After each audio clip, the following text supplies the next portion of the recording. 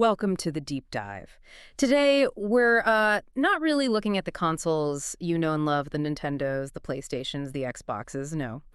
Our mission today is, well, it's a bit more intriguing. We're diving into the history that didn't quite happen. We're talking about the ghost machines. Ah, yes. The Ghost Machine. These are the consoles of myth, really, the vaporware of gaming. They were planned, sometimes prototyped, definitely hyped up.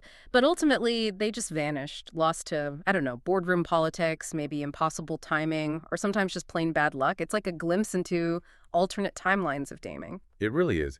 And these unreleased consoles, these sort of artifacts from would have been timelines, they're actually crucial, I think, for understanding the whole industry. They show just how fragile innovation can be. You know, the history of gaming, it isn't this neat straight line of progress. It's messy, often chaotic.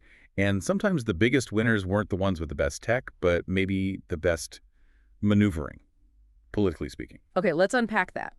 Where better to start than maybe the most famous ghost of them all? The one that kind of changed everything by not existing.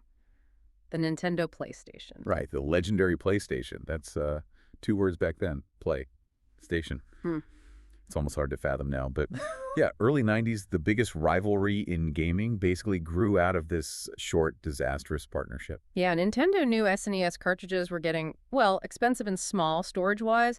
CDs looked like the future, so they needed an add-on, and who better to team up with than Sony? I mean, Sony basically was audio and optical tech back then. The plan seemed amazing, right? A hybrid console. Totally revolutionary for the time. Play your SNES carts and play these new, huge CD games. Ken Kutaragi, you know, the guy often called the father of PlayStation. He was key in designing it. But as the deal went on, Nintendo started getting, well, nervous. Really? Nervous. Because they realized shifting from cartridges, which they totally controlled, profit, licensing everything, to CDs gave Sony way too much power. It's exactly. Too much leverage. It was a fundamental clash, really. Nintendo, the old guard, they wanted total control. Hardware, software, the licensing fees. Sony, coming in, saw the CD format as their way in. A way to demand IP rights, get a slice of the profits from every CD game. Nintendo saw that as, like, a major threat. An existential threat, basically, to their whole model. Pretty much. It wasn't just about money. It was about who controls the platform, who controls the future of the content, and the breakup. Oh, man. It was maybe the most brutal public corporate backstabbing ever. Wait, seriously, so Sony's top people were sitting there in 1991 CES, ready for the big joint announcement, and they find out Nintendo's ditching them and going with Philips, their rival, at the exact same time as everyone else in the audience. Yep, that's how it went down. It was just public corporate humiliation delivered by Nintendo. But that betrayal, that absolute fury inside Sony, that's what fueled the creation of the PlayStation we actually know. Sony just said, fine, we'll do it ourselves. Right. They dropped the space between the words, and a few years later, boom, PlayStation arrives, ready to take on Nintendo. And, well, we know how that turned out. Wow. So that one move, that breakdown in trust, cost Nintendo arguably the whole generation. It didn't just create a rival, it created the rival. And there's still proof, right? That one prototype that survived. Sold for a fortune. Hundreds of thousands, yeah. Yeah. $360,000 at auction. A physical reminder of how boardroom politics can just completely reshape culture almost overnight. That lack of trust defines so much. And speaking of companies maybe defined by internal chaos and strategic blunders, that leads us right to Sega in the mid-90s. Right. If the Nintendo PlayStation story is about betrayal, the Sega Neptune story feels more like just utter confusion. Sega was the cool kid, the edgy rival, sure. But man, they were kind of their own worst enemy with hardware strategy back then. Oh, they absolutely struggled with focus. Mid-90s, if you were a big Sega fan, your setup was complicated. You had the Genesis, the main console, good start. But then Sega tried to stretch its life by, like, bolting things onto it.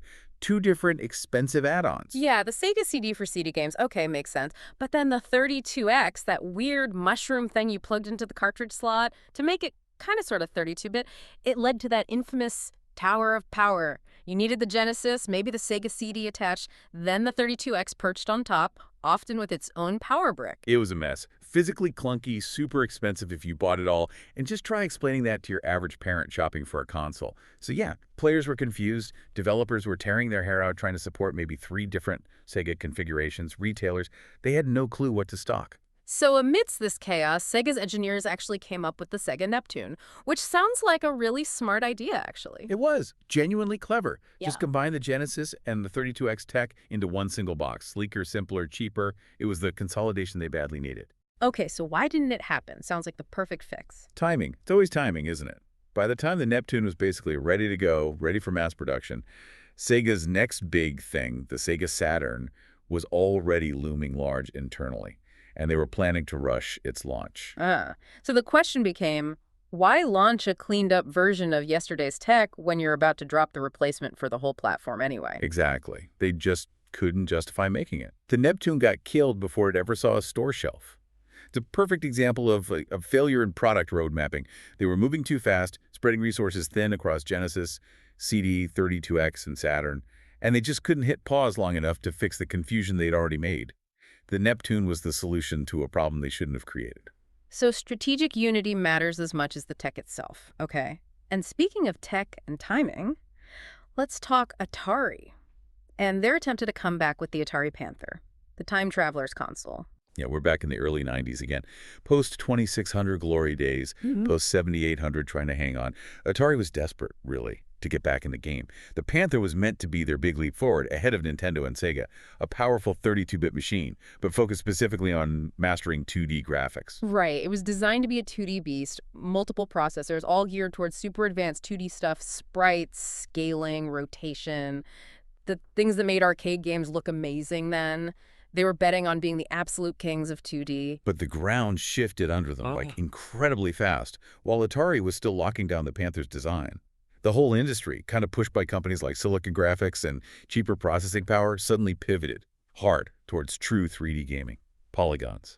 Oh, so that huge leap from the 2D sprite stuff the Panther did so well to actual textured 3D environments, it basically made the Panther obsolete before it even launched. Instantly obsolete. A 2D masterpiece arriving just as the world decided it wanted depth, wanted polygons. It was a brutal timing. So what do?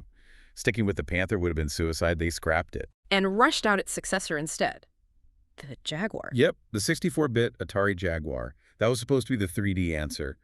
But because it was rushed to beat the 3D wave, it was notoriously buggy, super difficult for developers to work with, and it just never got the games it needed. That was pretty much the end for Atari in the console space. So the Panther missed its window for 2D, and the Jaguar, rushed to catch the next wave, failed because it wasn't ready.